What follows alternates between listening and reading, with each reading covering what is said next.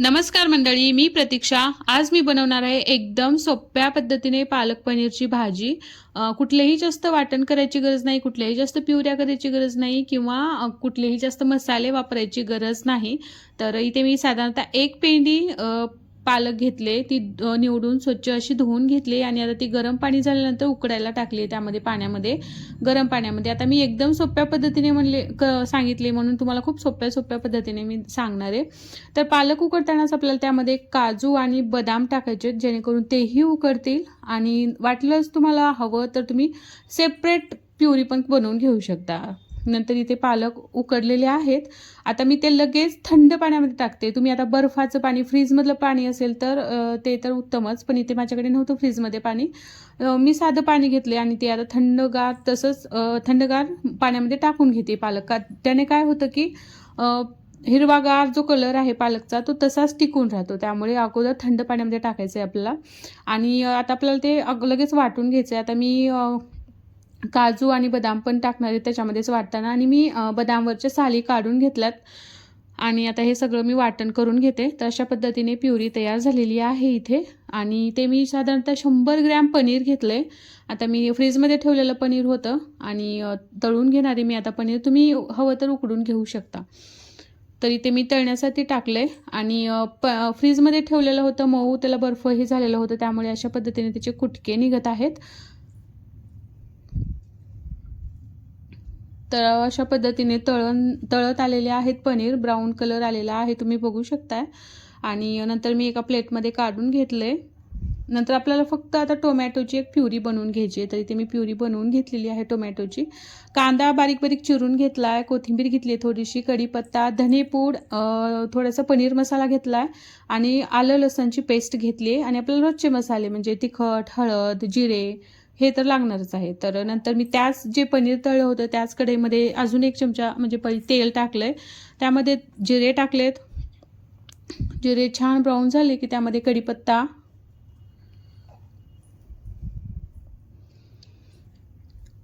नंतर चिरून घेतलेला कांदा, तुम्ही यापेक्षा पण बारीक चिरू शकता कांदा, किंवा हवं तर तुम्ही प्युरी पण बनवून घेऊ शकता. आता कांदा आपल्याला जास्त वेळ तळायचा आहे.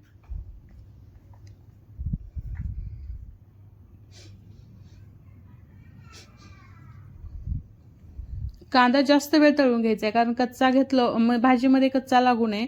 आणि आता टोमॅटो प्युरी पण आहे, मी कच्च्याच टोमॅटोची प्युरी घेतली, त्यामुळे आपल्याला ती पण खूप जास्त वेळ परतावी लागणार आहे. नंतर आलं लसणची पेस्ट टाकली मी. ते बघू शकताय ब्राऊन कलर झालेला आहे कांद्याला आणि लसण पण छान तळलेलं आहे, त्यामुळे मी टोमॅटोची प्युरी टाकून घेतली त्यामध्ये. आणि आता याला तेल सुटेपर्यंत आपल्याला ते शिजवून घ्यायचं आहे. आता कच्चे टमाटे असल्यामुळे आपल्याला जास्त वेळ थोडे शिजवायचे आहेत. आणि तुम्ही तळून जर टोमॅटो आणि कांदा करून जर प्युरी केला तर लगेच टाकू शकता तुम्ही, म्हणजे जास्त त्याला तळायची काही गरज पडत नाही नंतर. तर बघू शकता तुम्ही तळत आलेली आहे ग्रेव्ही. मी प्युरी टाकलेली टोमॅटोची. ते नंतर त्यामध्ये मी धनेपूड, जे साहित्य घेतले, लाल तिखट, धनेपूड, परत पनीर मसाला, हे सगळं टाकून घेतले. आणि आता त्याला मी छान असं तेल सुटू देणार आहे.